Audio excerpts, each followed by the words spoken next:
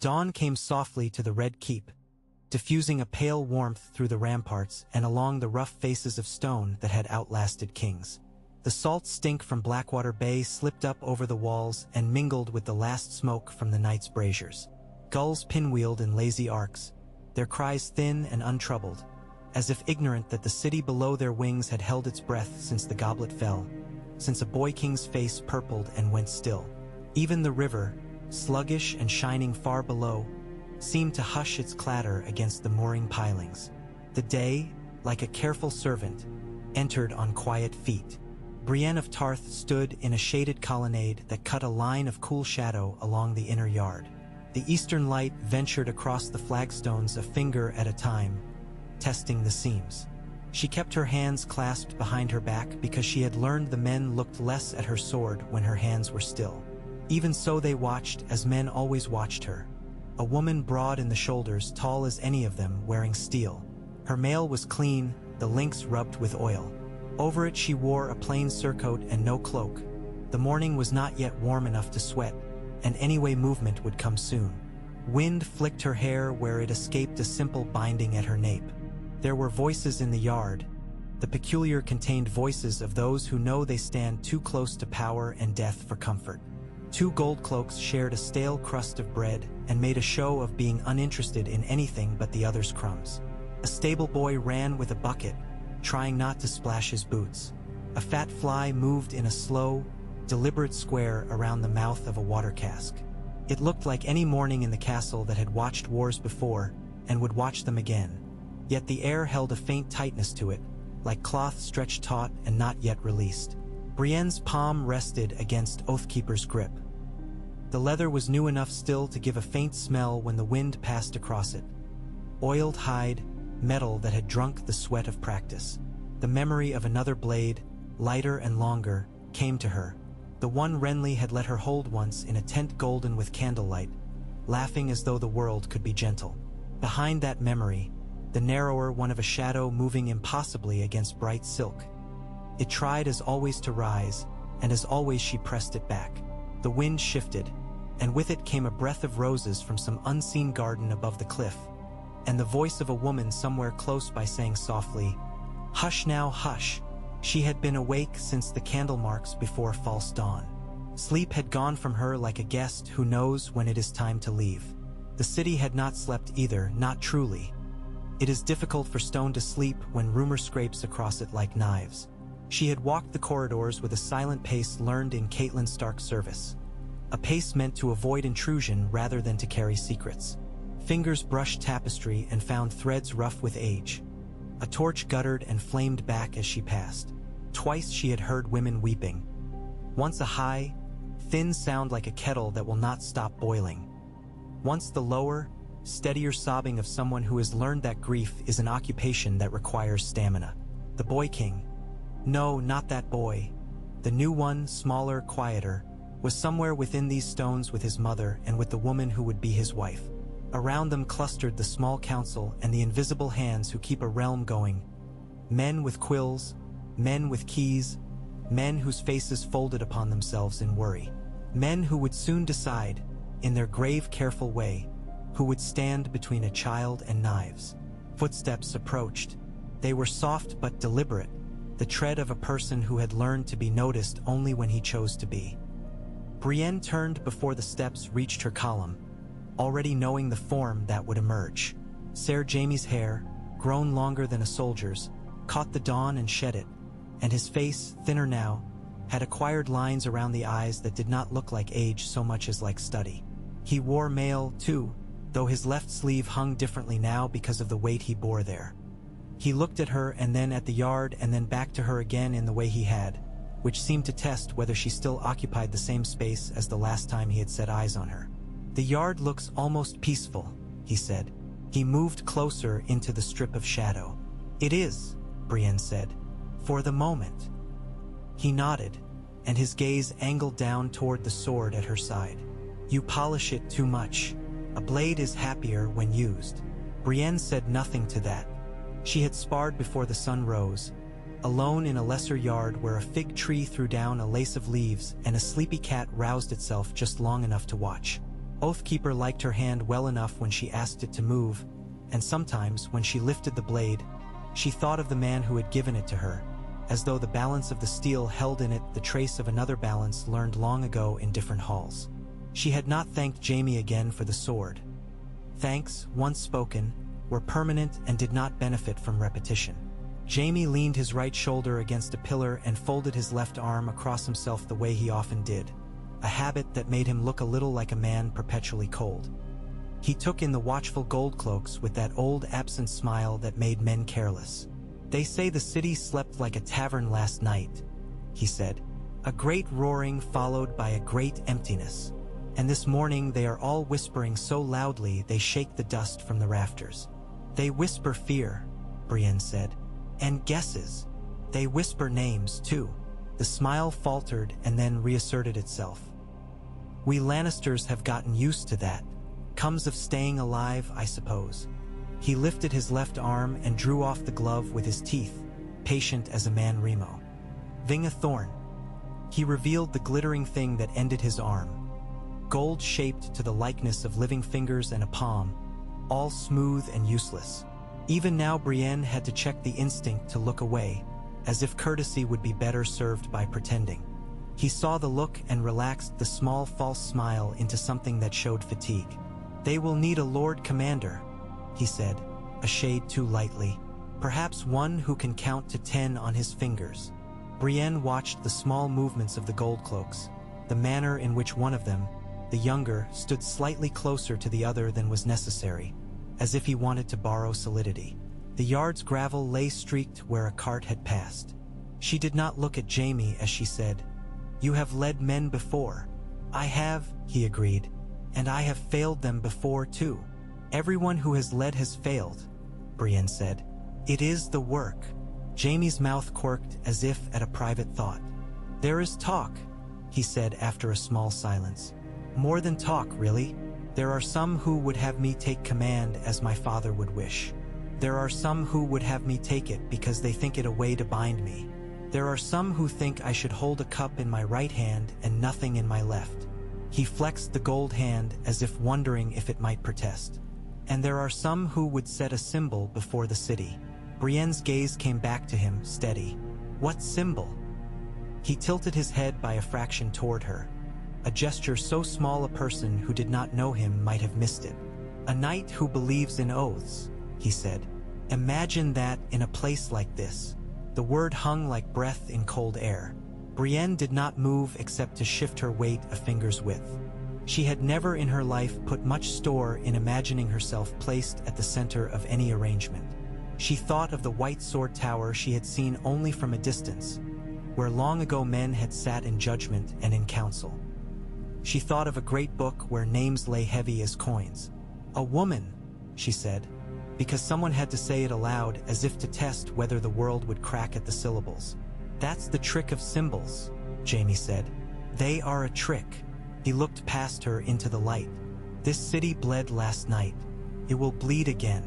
It might be useful to set a face before it of someone who will not run." The gulls beat on a downdraft, their cries shredding in the wind. Brienne felt a dryness in her throat that did not come from thirst. "If they decided so," she said, "they would have me swear my life to the king." "And to the queen," Jaime said, his amusement so slight it might not have been there at all. "And to the law, and to the appearance of the law, and to a book of names and blank pages that looks heavier than it is." She tried to picture herself cloaked in white and found she could not quite manage the vision. It slid from her like water. White was for other women, for maidens at feasts, for ladies with hands soft as milk, for queens. White was for swans gliding across the moat of a father's imagination, not for a daughter who had discovered too early that swans are savage things with strong wings and louder voices than anyone expects. If she wore white it would stain. Men would watch to see it stained. Jaime's expression sharpened, and he pushed himself off the pillar. "They will call for you," he said. "I thought you should hear it first from someone who does not make a sermon of every sentence." He made a small shape of a smile that had warmth in it. "Wash your face. It is going to be a long day of people measuring your shoulders with their eyes." He moved away then, crossing into the light. The gold hand flashed once and then went dull. She watched him go with a feeling that was as near to steadfastness as to worry. The gulls swung around and lifted toward the sun. When he was gone, Brienne stood a while longer. A cat, thin, gray with a striping that made its back ripple like water when it walked, came along the base of the wall, tail high, as if the yard belonged to it alone. It paused at her boot and considered the leather with its imperfect greenish gleam. Then, deciding she was not of interest, it slid away between two brooms propped against the wall. She went to the cistern and washed her face in water that smelled of clay and cold. The water took the heat from her eyelids and left her feeling more present in her skin. In the lesser hall, a platter had been laid with hard cheese and a dish of olives. She took a portion and ate standing. 2 serving girls went by with a basket between them, their faces upturned in the way of young girls who have taught themselves to look eternally surprised. Their whispers left a line of air behind them as though they could paint with it. Brienne had learned to let such lines pass through her. She left the hall and went by a staircase hung with a faded piece of needlework that told some gentleman's idea of a hunt. Tidy dogs, simple trees. Outside again, the sun was higher. The morning had shaken off its first shiver. In the training yard, the clack of wood on wood already sounded, punctuated by breath and occasion shouts. Brienne stepped through the arch, the white gravel giving under her boots with the faint sound of a living thing. The yard had always been a place she understood. Dirt, weight, the angle of a blade against a blade. People think of combat as sudden, chaotic. It is also composed of small true things, where a shoulder must be in order for a sword to move, what a foot must not do if one wishes to keep one's teeth. She had come to like the certainty of it. The world did not change merely because someone told it to. A body had to learn. A pair of boys in padded vests were circling each other with sticks. Men in white watched from the shade. Older men in duller colors watched the watchers. Brienne moved to an unclaimed corner of the yard and set herself to practice. She left Oathkeep, unsheathed, and took up a blunted blade from the rack. The weight was wrong in a way that made her smile to herself. It was lighter in the way a lie is light. She set her feet, rolled her shoulders under the mail, and began to move. Her practice was not elegant. That had never been a talent of hers.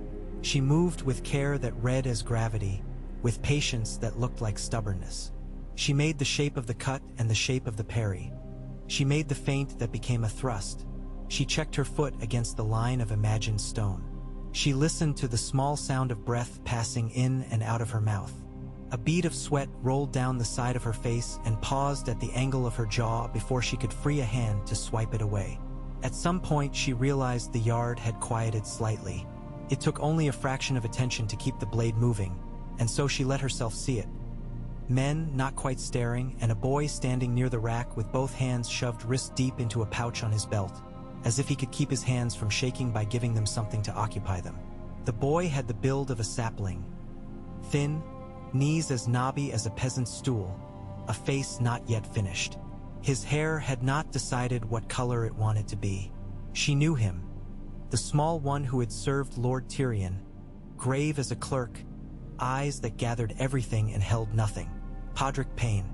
There was a bruise in a pale crescent along his jaw.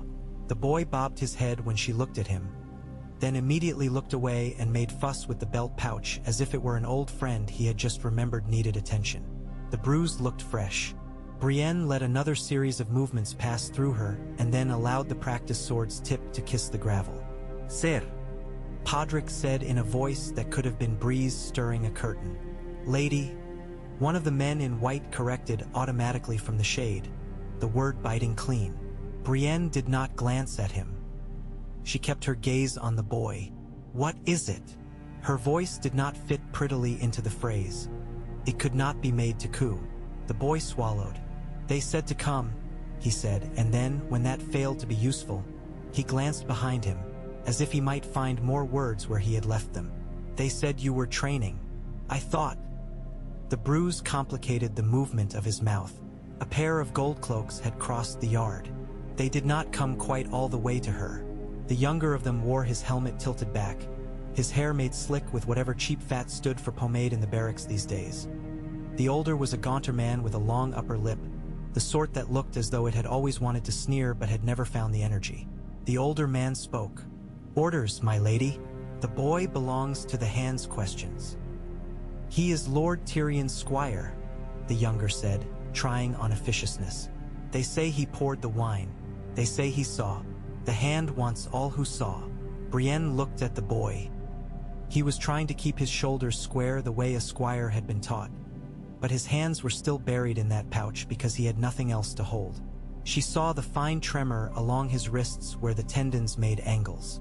She had been a squire once, though not in that name. She had been the one men pushed from one room to another with their words. "Girl, move now quickly. Pretend you do not hear the rest of this sentence."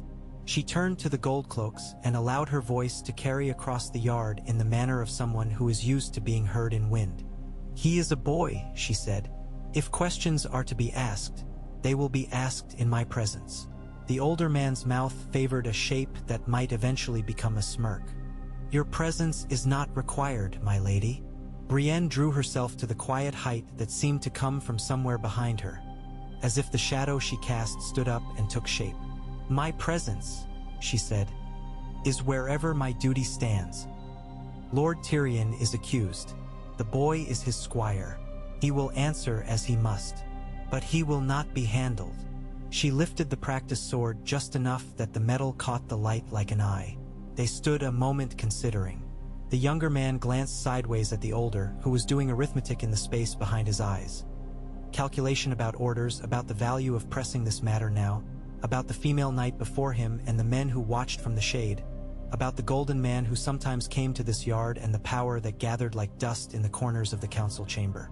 The older man, who had perhaps survived this long by not being a fool, pursed that long upper lip. "As you like," he said finally, and turned. "You'll bring him." "I will," Brienne said, and did not have to add anything to make it clear that she would determine the when and the how. They went the few steps the gold cloaks were willing to walk away, and then they were gone. Podrick's hands had emerged a fraction. They were raw across the knuckles, as if he had practiced against a wall. He stood like someone about to be struck or kissed and unable to find which to brace for. "Thank you," he said. "Do not thank me," Brienne said. "Eat." When a man asks questions on an empty stomach, he hears his hunger answer for him. She fished in the purse at her belt and gave him the last of the cheese she had not eaten. The boy's eyes widened as if the gift might bite him, too. He took it with a cautious devotion and did not bite until she turned away and raised the practice sword again. The yard resumed its murmur. As she moved, she felt the eyes of a different order on her now, the watchfulness of men who had not expected to see a thing and had seen it. Brienne let it slide along her skin and drop like rain. Her breaths came steady. The blade made its shapes. The day climbed toward itself. An hour later the call came, as Jaime had said it would. A page with a pockmark like a small moon beside his nose stood at the mouth of the arch, smoothing his hair as if he could iron words onto it. "You, my lady," he said, with the sham cheerfulness of a child sent to knock at a stranger's door and ask for coin. "The Lord Hand requests your presence." Requested. The word had learned, in this place, to be a command dressed in courtesy. Brienne wiped the practice sword on a cloth and returned it to the rack. She took up Oathkeeper as one might take up a thought one intends to keep. Podrick fell into step 2 paces behind her with the automatic exactness of training. And when she glanced at him, he looked down, scuffed, and then remembered himself and raised his eyes to the level of her shoulder. They climbed the long stair that curved along the inner face of a tower. The banners along the wall hung heavily as if the air itself were cloth. A guard in an antlered helm, one of Mace Tyrell's probably, nodded and moved aside. The page, giving into his dramatic nature now that he had an audience, loped ahead like a hound let off leash. In the high gallery the light took on a watery quality, filtered through a lattice of carved stone. They passed a niche where a statue of the maiden had had her nose broken off by some long-ago quarrel, and Brienne, who had never been loved by that face anyway, felt a brief flicker of companionable irony. The door to the council chamber was heavy and opened with the complaint of old hinges that have been disagreeing with their fate for 100 years. Brienne entered and paused because all pauses in rooms like this are never about feet but about power. The room was long, the table longer, the chairs too large. At the far end the hand sat where he always sat, as if the chair had grown out of his spine. Tywin Lannister's face suffered light without any apparent change. If a person had never seen him before and had only read descriptions, the reality would have disappointed and frightened at once. The face too ordinary, the absence of any theatricality making one realize that this was what ordinary looks like when it decides to rule. Cersei Lannister stood behind the hand's chair, the only time she stood behind anything if she had a choice. Her green gown was cut with exactness, the cloth thick as a secret. Her hair lay in a perfect arrangement that looked like a diagram of power. The boy Tommen sat at the table, his feet not quite touching the floor. That detail undid Brienne more than she expected. The boy made a small anxious movement with his hands and returned them to stillness without being told. At the table as well was a man whose soft hands laced and unlaced themselves as if in private conversation, Varys. A priest of the Seven, old and smudged. Mace Tyrell, whose face was ruddy with the triumph that always comes to those who have never quite believed they deserve their place and have gotten it anyway. And the Dornish Prince Oberyn, who wore his danger like a scent. Jaime leaned in the shadow along the east wall. Not quite a member and not quite a ghost. Brienne crossed the room and stood where the light fell in a slanted band along the floor. She looked at Tommen and then away, to the space above his left shoulder, so that he would not think she was seeking to press any weight upon him with her gaze. The hand's eyes moved across her as if measuring the cost of fabric. He let the silence do its work. "The realm requires a Lord Commander," he said finally, his voice plain as flour. "One who will remember that we are not at a tourney." Brienne did not move. She felt Podrick's presence behind her like the shadow of a tree. "We have considered," Tywin Lannister continued, "men of experience and men of name. Of those, some are useful and some are dangerous. Some will obey and some will obey only when it suits them."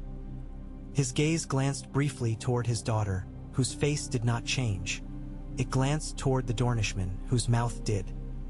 "We require the sort of obedience that saves kings' lives at inconvenient hours. And we require," Cersei Lannister said, stepping a fraction forward, "a face the city may trust. We have had too many faces smiling and then souring." The way she savored the last word made it sweetly poisonous. Brienne said nothing. Marjorie Tyrell entered then, unannounced in the way women of her stature may be unannounced because walls know them already. She made the courtesy that is almost a stance rather than a bow. Her hands were empty but held as if around a bouquet of what the morning had demanded. She slid into the empty place at the table with the ease of someone who has learned that moving gracefully is more effective than speaking forcefully. "We require gentleness," she said, as if adding a spice to a stew. "There is a child at the heart of this hall." The hand's head moved very slightly in her direction, acknowledgement without welcome. He turned his gaze back to Brienne. "You have been vouched for," he said. "You have stood when men fell. You have not bent. That is almost enough." Varys allowed the faintest dusting of a smile to settle at the corner of his mouth. "And she knows how to keep a promise," he murmured. "It would be very restful to place a promise at the head of our table for once." Cersei's nostrils thinned, the movement precise. "A woman in white," she said. "They will call it soft. They will call it." The Dornishman laughed under his breath, not quite impolite. "They will call it what you tell them to call it," he said. "And those who refuse will do so privately." Jaime said nothing. His attention, Brienne felt without looking, was a held coin that would only be spent if someone made him. Tommen's small hands moved again and then went still. "Sire," he said quietly, and then stopped, as if aware of the incorrectness of his choice of address. He tried again, courage made of politeness. "My lady, do you like cats?" Brienne blinked. Twice in her life she had laughed in rooms where laughter was not expected, and both times it had been dangerous. She steadied her face. "I do, your grace," she said. "They are honest in their preferences." Tommen nodded gravely, as if she had told him a law of the world. "Mine's name is Ser Pounce," he said, and then, alarmed by his own small boldness, he looked at his mother. Cersei's lips softened by so slight a degree that anyone wishing to see cruelty would have to squint to find it.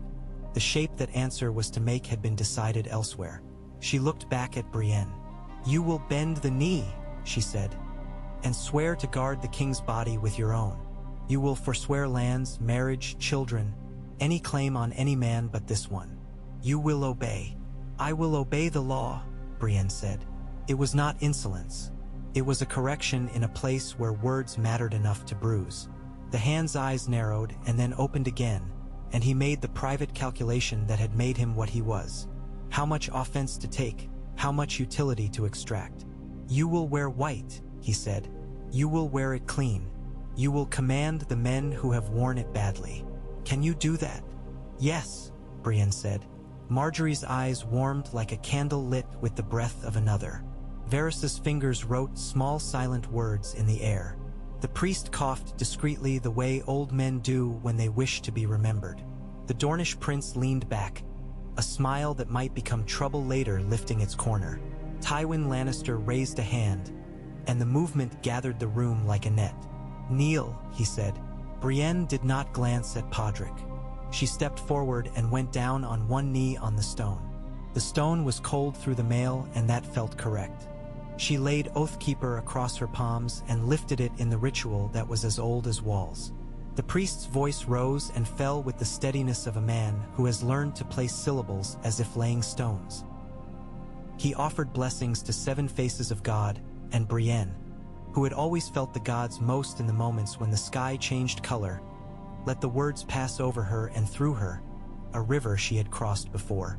She spoke the phrases she was asked to speak, but not quite as they would have liked. When duty was named, she named mercy. When obedience was required, she made clear the object. Not a person which can fail, not a house which can burn, but an idea with difficult edges. The white cloak they laid upon her shoulders was new, and it creaked a little, stiff with freshness. Jaime stepped forward to fasten the brooch, and his hands, one flesh, one gold, arranged the cloth with a curious care, smoothing where it wrinkled as if an unsmoothed place might later become a vulnerability. His fingers lingered a fraction longer than necessary on the metal, and then he stepped back into his line of shade. Brienne rose. The cloak was heavy in a way that was not unpleasant. Some weights, when honestly earned, remind a person that gravity is just the name for being held. The room looked different from this angle. The table farther away, the people smaller, the windows larger. Tommen's face held both awe and terror in equal measure. Cersei's gaze measured again. The hand nodded once, as if he had set a piece in place and now intended to watch the board. Outside the council chamber, the light was clean and untroubled. Podrick looked at her as if he were seeing a hearth for the first time in winter. "Sire?" He breathed, and then flushed, and then looked as though he had betrayed her by presuming. "Sire will do," Brienne said, adjusting the fall of the cloak so it would not catch at her hip. She stepped into the corridor. She felt the eyes of guards, the eyes of servants, the eyes of tapestry maids, and those eyes were not the eyes of yesterday. They were a fraction softer, a fraction more curious. The whisper that followed her down the passage was different. Not the hiss reserved for women who offend, but the hiss reserved for stories beginning.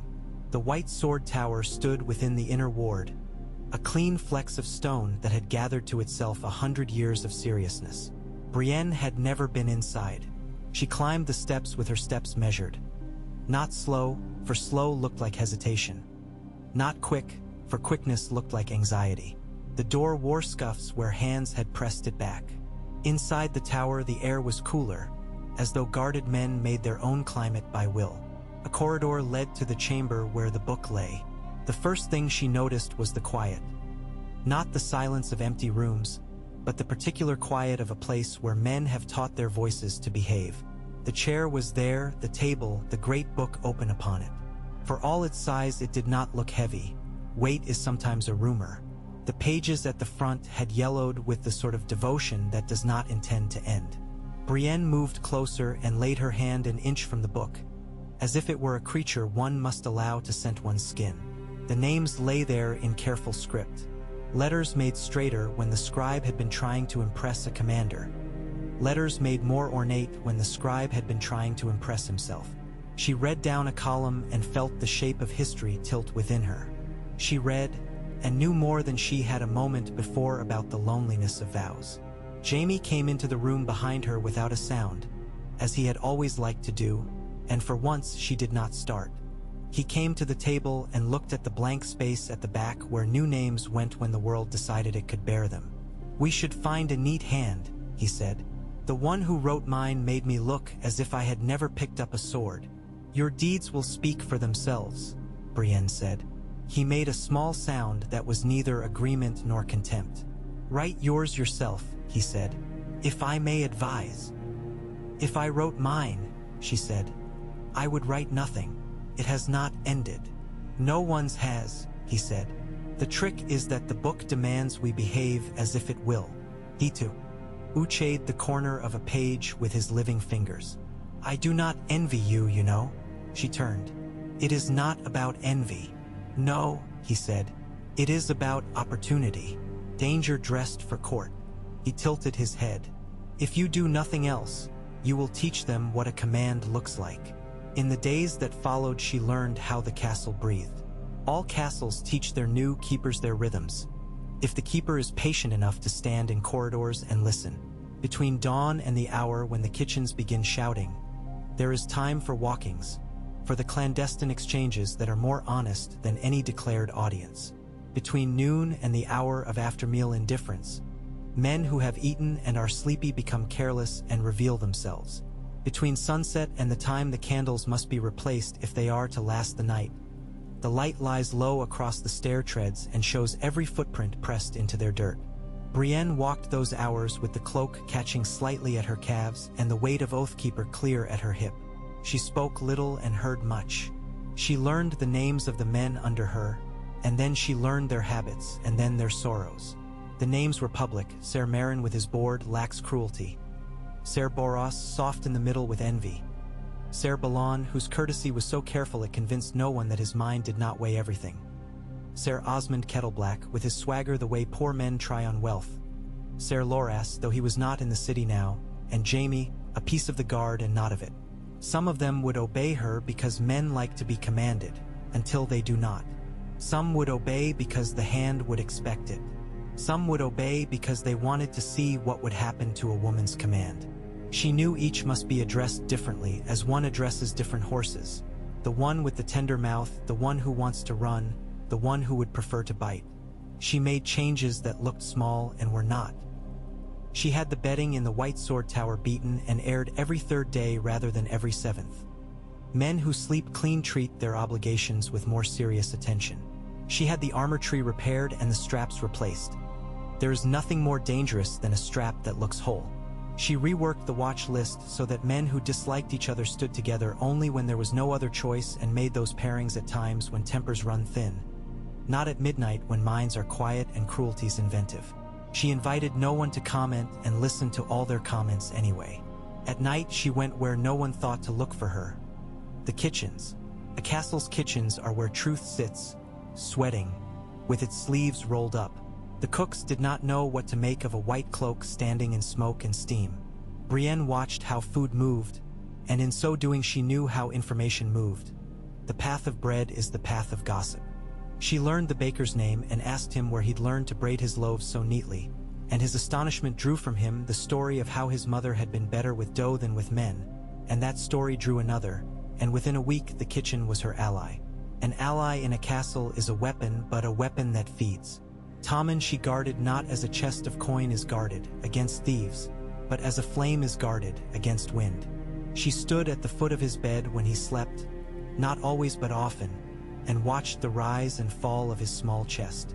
Once, waking halfway, he saw her shape and began, his mouth opening on a cry. She did not speak, merely lifted a hand the way one calms a skittish horse. The cry did not come. His breath steadied again. In the mornings she arranged that he should go to the yard at an hour when the fewest courtiers would be present, and there she placed a small wooden sword in his hand and watched him learn how to hold it without his wrist giving. Skill is a gift to fear. It gives fear something to do, Ser Pounce took one look at the white cloak and decided that he did not approve. He attached himself to Brienne's ankles nonetheless, as cats do, with the right to change his mind at any moment. Sometimes she felt him brush her boot in a corridor, and once, when she stood with Cersei in a window embrasure while the queen poured honeyed words into the air like poison into a stream, the cat slunk right between them and leapt to the sill and sat and licked his paw, and there was no power in the 7 kingdoms that could prevent both serious women from watching him a heartbeat and thinking, for a heartbeat, something that was not strategy. Marjorie came to the yard one afternoon when the sun had slanted to turn everything ash and gold. The girl, no, the woman, she was skilled enough to make people forget that, walked at a measured pace, 2 ladies behind her with hands too smooth to have ever cut bread. She watched Tommen practice for 10 strokes, her head tilted in apparent admiration, then turned to Brienne. "He sleeps better," she said. "The servants say so." "Servants often know," Brienne said. Marjorie smiled. "They always do." She studied Brienne's face, not quite rudely. "It was brave of them," she said in the tone of one offering a compliment and a test in one. "To choose you." Brienne looked at the boy. He had managed to make a cut that did not look like waving a stick. She felt pride that did not belong to her body so much as to an idea, and she checked it before it became visible. "It was necessary," she said. Marjorie's mouth curved. "Bravery is always necessary," she said. "That is why the realm is in such constant shortage." She waved a hand as if to place a scent in the air. "There will be feasts again, after the mourning. It would do them good to see you. People trust what they see at table, more than what they read on a decree." Brienne thought of tables and the way she had felt beneath them as a girl. Under the long linen, the tables underb. Ly a forest of legs and boots and crumbs fallen to an undeserving place. "I will stand my watches," she said. "And then you will come to table," Marjorie said, not quite a question, not quite a command. She gave a small laugh at Brienne's expression. "Oh, I know. It is all bracelets and lace to you. It is only that a cloak is a story, and stories require witnesses." When Marjorie had gone, Tommen raised himself on his toes and ducked under a practiced swing with more intention than skill. He straightened and said, a little breathless, "She likes you." His cheeks were pink and he kept his dignity with difficulty. "Her liking is not required," Brienne said gently. "Only her sense. She has that," he said almost proudly, as if speaking of a pet. Cersei's summons came later. They mostly did. The queen had learned the value of timing. Brienne went to her in a small gallery off the queen's bedchamber. The windows stood open, though the day was not warm enough to require it. The curtains lifted in the faint wind like skirts. Cersei stood by a table where 3 cups had been set and 2 had been used. She did not offer Brienne wine or water. "You stand very straight," Cersei said, as if talking to a piece of furniture she did not intend to approve. "Have you always?" "My father taught me, Your Grace," Brienne said. "Your father." Cersei's voice made a weapon of the word. "The Lord of Tarth. A man who kept his mummer's island from being taken by pretending he wanted what men wanted. The old trick. Avoid humiliation by staging it yourself." Brienne looked at the horizon. The city's roofs made a ragged saw-toothed line. Somewhere down there a woman planted onions. "My father taught me to keep wind out of my eyes when I ride," she said. "He taught me to rub down my horse myself. He taught me there are tournaments, and there are roads, and only one will take you where you need to go." Cersei stepped closer. Her scent was something green and sharp. It made Brienne think of certain leaves that stain the fingers when crushed. "Jaime admires you," Cersei said.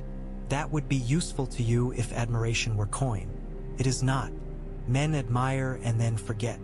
They admire and then ask you to admire them longer than you can afford. Do not confuse the placement of a cloak with the giving of a crown." "I will not," Brienne said. Cersei's face was beautiful and terrible in the way statues are terrible when you find them alone in fields. She looked Brienne over as if carving away extra stone. "You will keep him safe," she said finally, a lay of steel under the words. "You will do that thing." "I will," Brienne said, "to the last breath." Whose? Cersei asked with a softness that would have been a laugh in a kinder woman. She turned away then and stood at the window. You are honest, she said to the city. We will see whether honesty floats. In the evenings Brienne wrote nothing in the great book. She had taken Marjorie's words to heart more than she would admit. Stories require witnesses, but not only of one kind. She went to the barracks, and after she had made her rounds and dismissed the men who were to be dismissed, she sat on the edge of a bench and asked the quartermaster about his cloth books. He looked at her in astonishment. She spent a dull hour learning what had been ordered and where the leather for the straps had come from and how much was due next week for oil. She had the oil measured. She smelled it. She asked of the farrier's apprentice if he slept enough, and the boy, wrong-footed by the question, blurted his dreams about a mare he wanted to buy, and in so doing gave away that he had been selling straw on the side. She told him to sell straw more carefully, which was mercy. She told the quartermaster to count the bales, which was justice. Podrick attached himself to her shadow with the stubbornness of a burr. He was not nimble, but he was durable. When she set him running the inner stair twice each morning, he did not complain, and when his breath came with ragged sounds, he did not stop. He learned to clean a blade as if cleaning a wound. He learned to fetch water without slopping it. He learned to keep his eyes open and his mouth shut when men created arguments out of nothing to distract themselves from fear. You will eat, Brienne told him at noon when he looked as though he had forgotten. You will sharpen tools, not hunger. Yes, sire, he said each time, the words slowly fitting better in his mouth. One morning, a week into her command, Ser Balon Swan came to her in the yard as if he had been waiting for the exact moment the light would fall so that his hair would catch it and look less ordinary. He carried his helmet lightly under one arm. My lady, he said. Sire, she said. She had found early that the way to avoid the exhaustion of correcting every address was to allow the men to lose count of their offenses. She would assume the dignity herself and let the world gather around it. I wondered, Ser Balon said, if you would do me the honor of a few passes. He said it with all the correct courtesies, and still there was a question folded into it like a letter slipped into a packet of accounts. A measuring. If I must, Brienne said, which among knights is a yes. They took the blunted blades. The yard drew a soft circle of space around them as onlookers poured back into the edges. The first pass was nothing. Two professionals making shapes to test each other's depth. The second pass was less nothing. She saw the moment his foot placed itself a fraction wrong because he was watching her chest rather than her shoulders. The third pass was a conversation, a decent one, between two people who understood that respect lies in trying to land a blow. He fainted low. She did not bother to fall for it. He tried to push her weight back with his, a habit he had had success with elsewhere. She did not move. He tried speed. She tried patience. Patience beats speed the way wind. Or beats the last leaves. They stood a breath apart, blades crossed like an argument that no longer needed shouting. Ser Balon's breath made a small cloud in the cool morning. He smiled, genuine. Sire, he said. She allowed herself a nod. Respect is a coin one may spend only if one has it. Sire, she returned. From the shade, someone, Ser Boros perhaps, made a scoffing sound, as if the whole matter were beneath him and always had been. She would address Boros later. For now it was enough that the men saw she could keep a blade in the air longer than their pride. That evening, in the White Sword Tower's chamber, she found Jaime at the table with the book. He had a quill in his right hand. The letters on the page looked less ugly than he had claimed. He glanced at her once and then scratched another line and then set the quill down with relief, as a man sets down an unaccustomed tool. I remembered something today, he said. What? Brienne asked. What it felt like to enjoy a fight. He did not look at her as he said it. Brienne leaned her weight against the edge of the table, careful not to touch the book. There is no shame in that. There is some, he said, a little dryness in his tone. There is always some, but perhaps less when the person across from you intends to respect himself tomorrow. He blew gently on the ink. You are making them better. They will make themselves, Brienne said. Men like to be thought of as obedient to their better natures. Sometimes you must prove to them that they have one. Jaime's mouth lost its old arrogance for a heartbeat. And if they do not, then I will make certain their disobedience costs them, she said, and the way she said it was without heat, which made it a promise. Under her command, the guard learned to be visible at odd hours and invisible when expected. She arranged the watches such that no door of significance was unattended, while at the same time ensuring that those who watched did not always recognize each other. She placed 2 men always within the echo of the king's chamber, and she taught those 2 men, by the simple exercise of demanding they recite back to her the exact shapes of noise they heard each night, to distinguish between a mouse in the wall and a foot trying to be a mouse. She had them note the times the queen's women came and went. The queen's movements were not her concern in the sense that concern becomes ownership, but they were her concern in the sense that every movement that bent toward the king did. She required that every man, including herself, present his blade for inspection each week. She inspected not to shame but to measure care. A man who neglects his sword tires of himself. She found trouble because trouble is always present in castles. It only requires someone to look at it. She found that one of the Kettleblacks had been taking coin from a merchant who wanted, for reasons never stated but always understood, to have a door opened at an hour when doors ought to be closed. She said nothing and simply replaced the man's watch for a week, running with the early hours when the city's drinkers, crawling home through alleys, seem like a second band of rats, and men are most tempted to exchange duty for a story.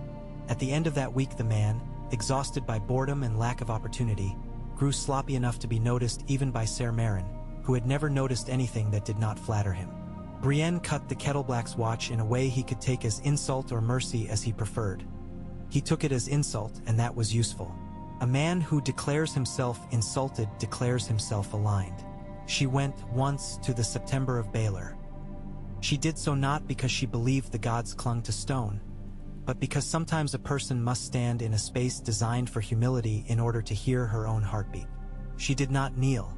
She stood in a side aisle and watched light come through colored glass and throw its tempered fire across the floor. A novice passed with a basket of candles. The boy nearly dropped them when he saw the gleam of white. "Sire," he blurted without thinking. Brienne felt something in her chest ease, though she did not let it show. "Do your hands love the wax?" she asked.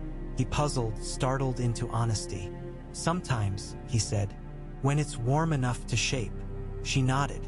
"It is like steel," she said, and his eyes widened as if she had invited him into a secret. She left him with his basket less heavy. The High Septon, elected in a way that made a lie of any claims to divinity and truth, as elections always do, found her in the aisle. He had the face of an old man. "That is all." "Daughter," he said. Brienne did not love being called that by men who had never fathered a thing but rules. "Father," she said. He peered at her cloak and then at the sword. "A woman in white." "Yes," she said. "Some will say it is not fitting," he said, as if she needed the information. "They will say the maidens of the Seven do not wear blades." "Then they would be poor guardians," Brienne said. He smiled a little weary. "Words can be blades, child." "Not heavy enough," she said. "Not when it matters." "Perhaps," he conceded. "You will be judged, you know." "I have been," she said, "all my life." She inclined her head in a gesture that was not precisely courtesy, then left him standing in the light and shadow of his own choosing. On a morning when the sky was the flat, pale color of a sword's flank, Brienne woke from a dream like a remembered march. In it Renly had been laughing, and the laugh had not been cruel. He had tossed a peach from hand to hand, and she had been surprised by the heaviness of the fruit. Sometimes in the dream he turned away and a shadow lifted behind him like a banner, and sometimes in the dream he turned toward her and said nothing at all, and the words he did not say felt like a blessing. She rose, as she always did, and left the dream in the bed as one leaves a wet cloth. Not with indifference, but because it is necessary. In the yard that day Podrick held his practice shield too low. She stepped behind him and lifted his forearm with 2 fingers. "Here, or you will drink teeth tonight," she said. "Yes, sir," he said, and then, When he had nearly corrected it properly, he added impulsively, Are you afraid? She did not move the shield. She placed her hand lightly so that he would continue to feel the corrected angle when words tried to shake it. Yes, she said, every day. That is why I practice. He swallowed. I thought you weren't. You thought wrong, she said. Everyone is. The brave ones practice. She stepped away. Again, Tommen improved. He learned to hold the wooden blade with the confidence that comes from understanding its boundaries. He learned to step without crossing his feet. He learned to look where he meant to strike. He learned to laugh once, quietly, when Ser Pounce leapt onto a hay bale and knocked a feather into the air and then chased it as if it were a dragon. Brienne saw that laugh and let it pass into her like warmth in winter. The city's rumor did not ease. It never does. It changed shape. That is its only ambition. Now it became tales of poison, of dwarfs, of pearls. It made certain women into villains in the way cities love to do, and certain men into heroes in the way truth never does. Brienne kept her head inside the helm that was her obligation and let the words strike and fall. She guarded the king. She trained her men. She measured oil. She remembered to eat. One night, after the castle had drifted to a quieter kind of muttering, Jaime came to her again in the White Sword Tower. He entered and did not go at once to the book. He stood at the window and made a shadow on the stone where the moon had laid a piece of itself. He is alive, he said. Tommen, Brienne said, as if testing which crown they spoke of. My father, he said. The words should not have had surprise in them and did. I find myself noticing it. It is not as common as a person might think. One grows accustomed to certain facts, and then suddenly the mind counts them, as a man counts coin before it is stolen. Brienne waited. He turned his head. It is a rare thing, Brienne, to be given a chance at something one has already ruined. You have not ruined it, she said. Not yet, he agreed. I suppose it is a start. He left the window and came to stand by the table. I have had a thought, he said. You will not like it. Then it is probably necessary, she said. He showed his teeth. You should take Podrick as your squire. Officially. Not just as a stray who follows you because you are kinder than most. Brienne considered the boy's thin back as he ran the stairs, the raw steadiness with which he returned with water, the way he slept sitting up because he did not trust beds. He will be targeted, she said. He will, Jaime said. Being an orphan is often less interesting to the world than being someone's. And if he is yours, the world will try to sharpen itself on him. That is what it does. But he will also belong to something that will teach him to know the difference between panic and caution. He will learn not to become the sort of man the world expects him to become, which is the only revenge worth having. Revenge, Brienne said mildly. On the world, Jaime said, for telling us what we are allowed to be. He touched the book, not lifting the page but feeling its edge. You have already begun to change the guard by the way you stand. It would do the city good to see a boy change by the way he follows. The next morning she told Podrick to bring a whetstone, 2 wooden wasters, a pound of nails, and his own breath. He assembled these things as if she had asked him for a princely gift. She took him to the armory, and before the smith and 3 uninterested apprentices she said, as if it were no more significant than ordering a repair to a buckle, "This boy is mine. He will eat at my table. He will sleep by the door. He will rise when I rise. He will fail until he learns not to. He will be defended by my standing and no one else's." The smith grunted, which was his way of expressing approval. One apprentice grinned and then tried to look as though he had not. Podrick stood very still and then made a sound like a man who has laid down a load he did not know he carried.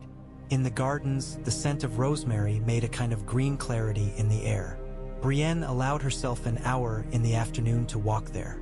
She did not pick the leaves. She touched them, and their scent rose as if the plant remembered her. She had never much cared for gardens, having been taught early that they belonged to other sorts of women. But this one insisted upon being taken seriously. The time seated in its place as if it had won a seat on council, the roses that had survived the night of smoke and ash and now bloomed with an indifferent lustiness which made the young girls with their baskets of petals look childish.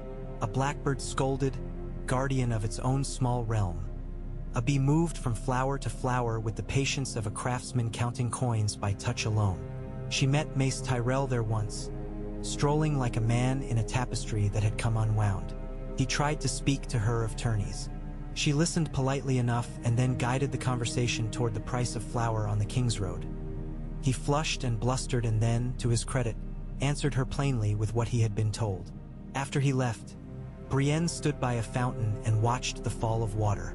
She remembered Renly's laugh and did not dislike the remembering. She remembered Catelyn Stark's hands, which had been capable hands, the hands of a woman who did work. Those memories brushed her mind like birds passing low over water.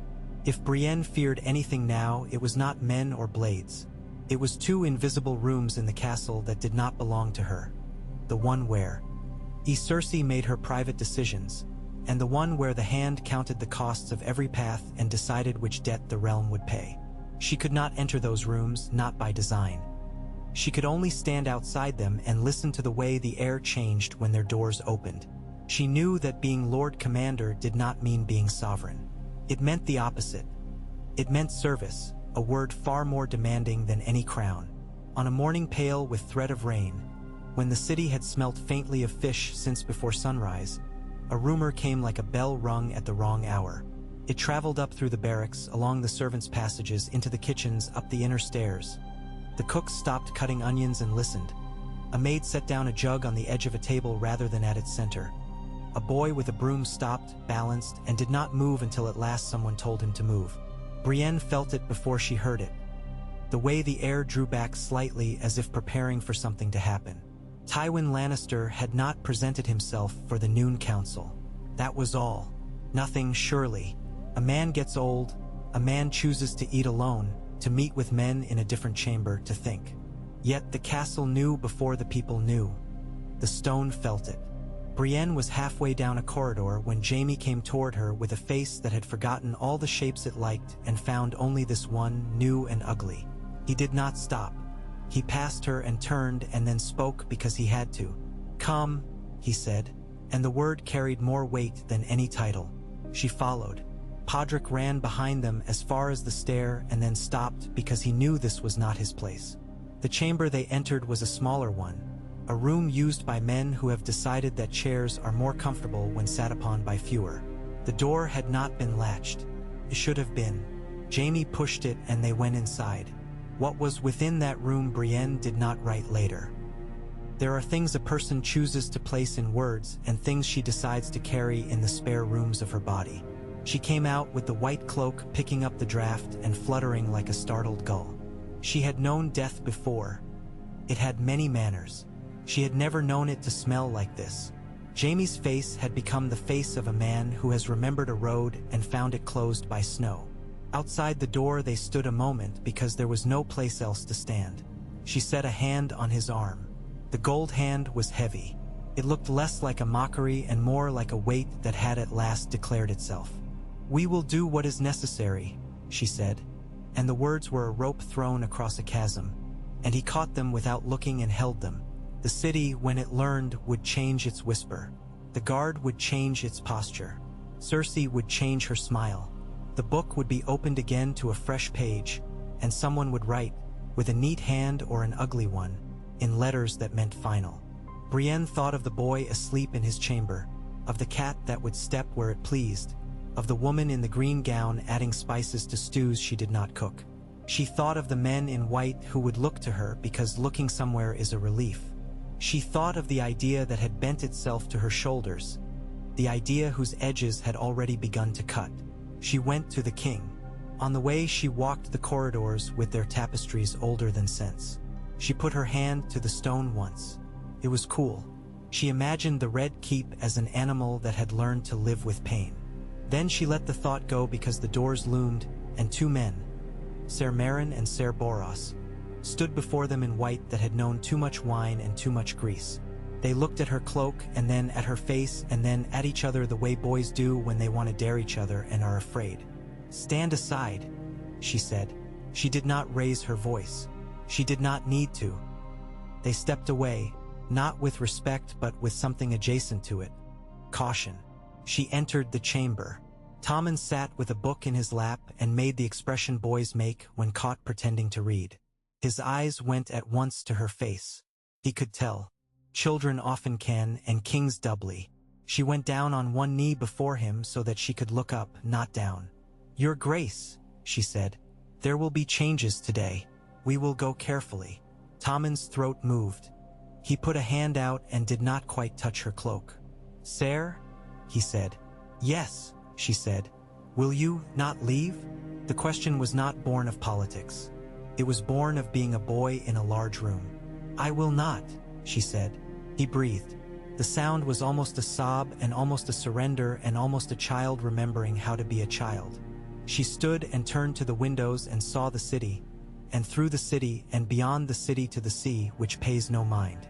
Then she set about her work. She sent Balan Swan to the Hand's chambers with men she trusted. She sent for the priest because announcements require blessings in this city even when blessings are tired. She sent Podrick for water because water is always necessary. She spoke to Ser Marin and Ser Boros with the words they required. Vague, sharp words that prick like thorns without breaking skin. She called for the white book and had it brought to her. She looked down at its page and at the blankness that awaited the new entry and felt, not dread, but a hollowing that one might mistake for hunger. The day walked its steps. The bells rang at wrong hours, then learned the right ones. The sun moved and laid a blade's edge across the floor and then withdrew it. People approached Brienne with news and requests and she weighed each, answering with practice rather than with inspiration. Inspiration has its place. Practice keeps a child alive. When the news reached the city, it moved through the streets like a wind before rain. Men looked up from carts. Women set down jars. A girl in a doorway forgot the J. She was telling. Somewhere, a boy climbed a wall to see whether the sea had changed. It had not. In the September they lit candles and said words with careful mouths. In the taverns they spoke another kind of words and drank. At dusk, when the city had become a net of smoke and light, Brienne stood again in the chamber of the White Sword Tower. The day had pressed on her, then stepped away, leaving its marks. Jaime came in and did not bother to hide the exhaustion in his posture. He did not sit. He stood with his hand on the back of the chair and looked at her as if she had just come in from a long ride and he had watched the road the whole while. "The book," he said. "Yes," she said. He went to it and turned pages with the careful touch of a man who has learned to handle delicate things with his right hand only. He came to the back. He dipped the quill and then paused and then set it down. He looked at her. "You should write," he said. She took up the quill. It felt lighter than a blade and less forgiving. She stood with the tip suspended over the page and felt fear. Not the fear of battle, but the fear of misnaming a thing and thereby bending it. She breathed. Then, in a hand that had learned to sign her father's accounts and to carve small letters into wood for her own satisfaction on long winter nights, she wrote, "Brienne of Tarth, called the Maid, sworn to guard the person of King Tommen of House Baratheon, in the year of..." She lifted the quill. She did not write the number. Felt wrong to declare it. She looked at the line and read what she had written as if it had been written by someone else. The page did not crumple. The ink did not run. She set the quill down. Jaime made a small approving sound that did not become a smile. "You will fill the rest," he said. "I will try," she said. He moved around the table and stood near enough that she could see the fine lines around his mouth that had not been there when she first saw him in iron. "That is all a person can offer," he said. When he had gone, she stayed. Outside, the city turned in its sleep. The gulls had gone silent. The sea made a sound like breathing. She placed her palm flat on the page so near her name that a less careful person would have smudged it. She did not. Then she raised her hand and turned from the book and from the room and from the quiet and went to the corridor and to the stair and to the long case of the night. The first threat came not with shouts but with quiet, the way the true ones do. A door yielded an inch at an hour when no doors should yield. A shadow lingered where shadows cannot. An eager whisper sheared away and became breath.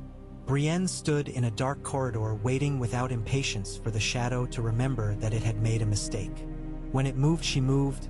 An Oathkeeper was there between the shadow and the next step, and the person behind the shadow lost interest in whatever plan had sounded so clever when whispered to a better listener at a tavern table. She did not tell anyone. Not the king, not the queen, not even Jaime. She recorded it in the ledger she kept in her head.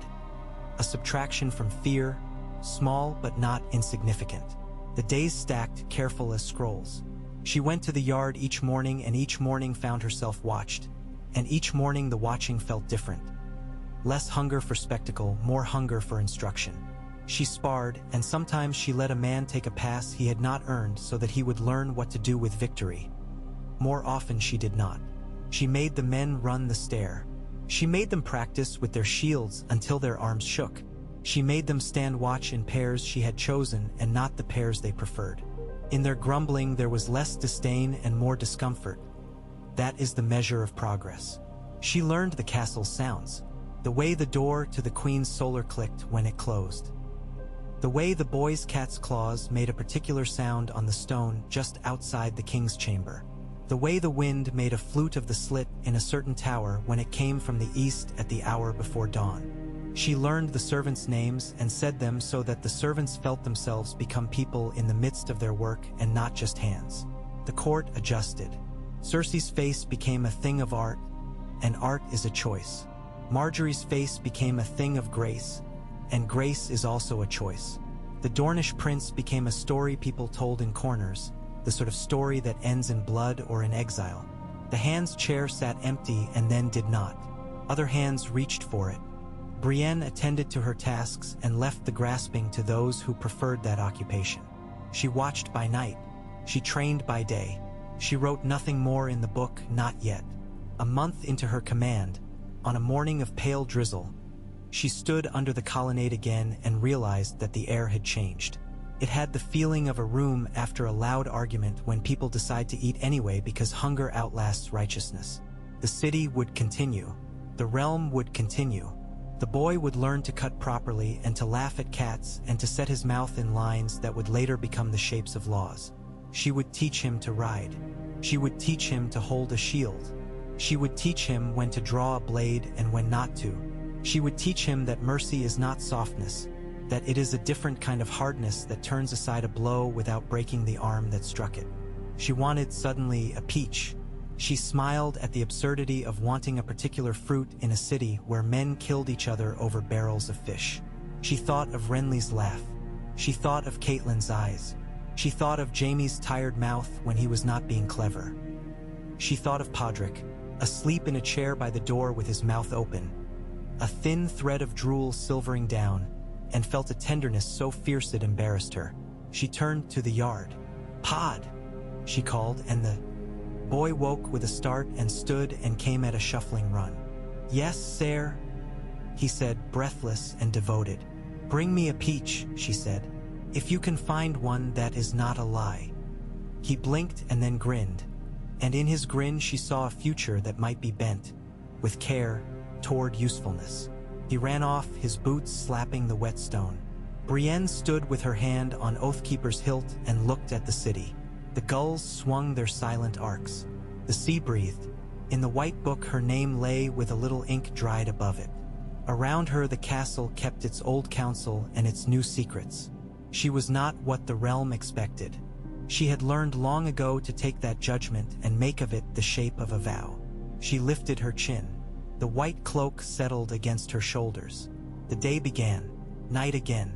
The castle stretched and creaked in the way old things do when they think no one is listening. Brienne walked the corridor outside the king's chamber and felt the line of the wall under her palm. She paused at the arrow slit and looked out at the blackness beyond. There was always room yet for failure. There always would be. That knowledge did not unduly trouble her, not because she fancied herself equal to what would come, but because she had learned there is work, and then there is the fear of work, and only one of these blesses the people you have sworn to guard. Behind the door, Tommen turned in his sleep and let out a soft sound as if he were conversing with some kindly figure in his dreams. Ser Pounce scratched delicately at his ear. The candles guttered, then straightened when she moved closer, as if her passing asked them to compose themselves. She stood, alert and at rest, the way a woman stands when she has chosen her place. She did not pray. She did not name her fears. She did what she had sworn to do. She kept the watch. In the hour before dawn, the light comes like a thought one was not sure would return. It found Brienne where it had left her. A figure at a door, a blade at a hip, a cloak bright as an accusation and as clean as a promise.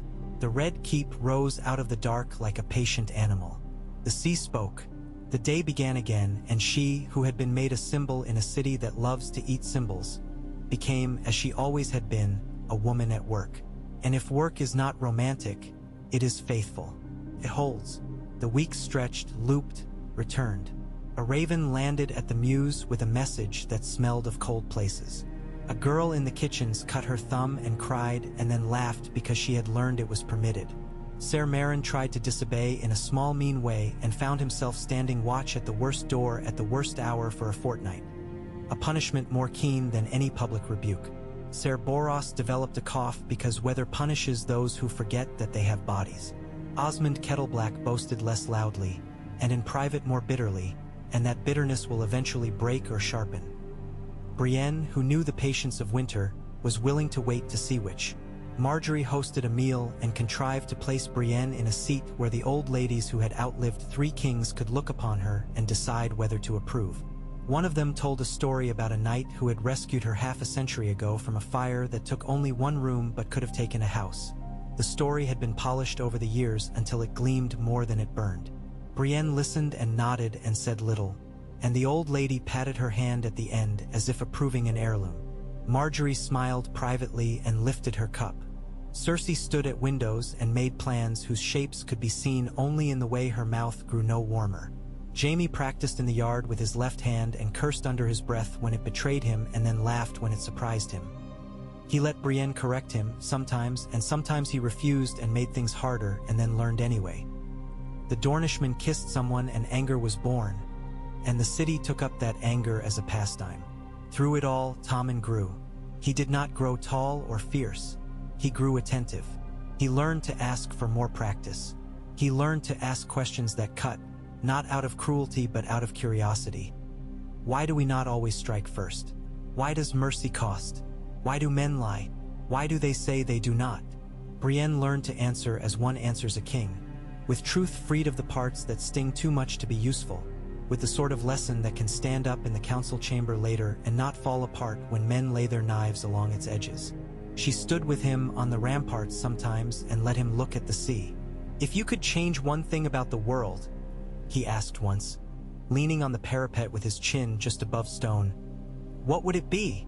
"I would lower the wind in winter by half," she said after a moment. He laughed, surprised. "Not make all the men good? You cannot make anything all," she said. "Even bread has holes." He considered that, then nodded as if she had told him a piece of arithmetic he could use. "The cats do not care about wind," he observed. "They hunt in any weather," she agreed, and he grinned. One afternoon, as rain wrote long letters down the windows, Brienne went again to the book. She stood over it and placed her hand not near her own name but near the names of men who had kept worse kings alive. She thought of those men's mournings and those men's fears. She thought of the cost of preventing a boy from becoming a story told over cups for the wrong reasons.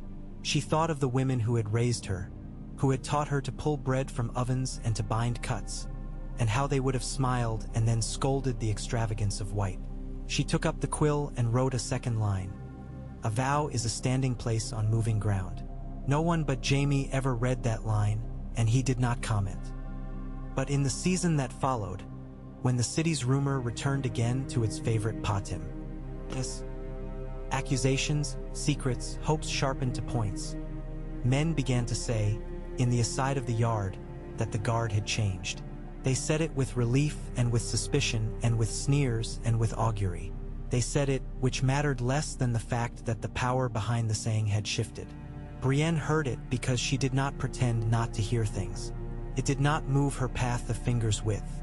The day came, because such days always do, when a greater threat would turn its face toward the city, when the lines at the top of the world would rearrange themselves and send their consequences flowing like snowmelt into streets with names. But for now her work was smaller and therefore no less necessary. People eat every day. People bleed every day. People sleep every night.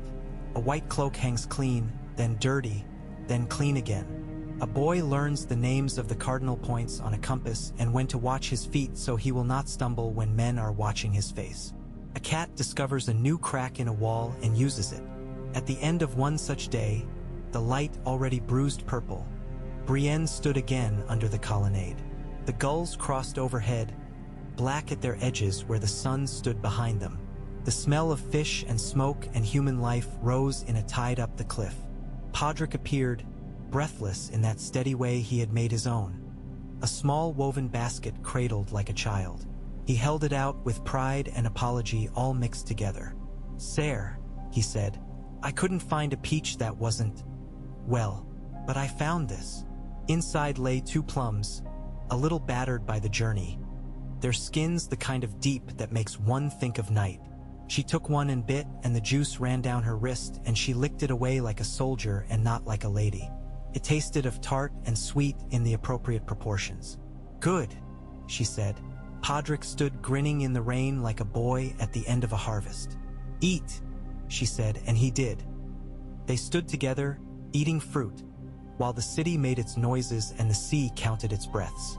Brienne found that the taste in her mouth, combined with the weight on her shoulders and the solid earth under her boots, combined in a fashion that felt like something almost like happiness, which might, in time, turn into something steadier than happiness.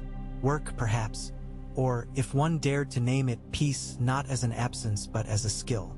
Behind her, in the white book, the space after her name remained open. The pages, innumerable and patient, waited. She had left plenty of room. The world, which had never known what to make of her, would continue its efforts. She would continue hers. The night would come and she would keep watch. The morning would come and she would train her men and teach a boy how not to hold a shield like a prayer. The sea would breathe. The gulls would name no gods and keep their counsel. And Brienne, Lord Commander of the Kingsguard, who had once been a girl laughed at by boys, would stand in white and remember that oaths are not costumes. They are labor. She lifted the last bite of plum to her mouth and bit. The day closed like a book and did not, for all that, end.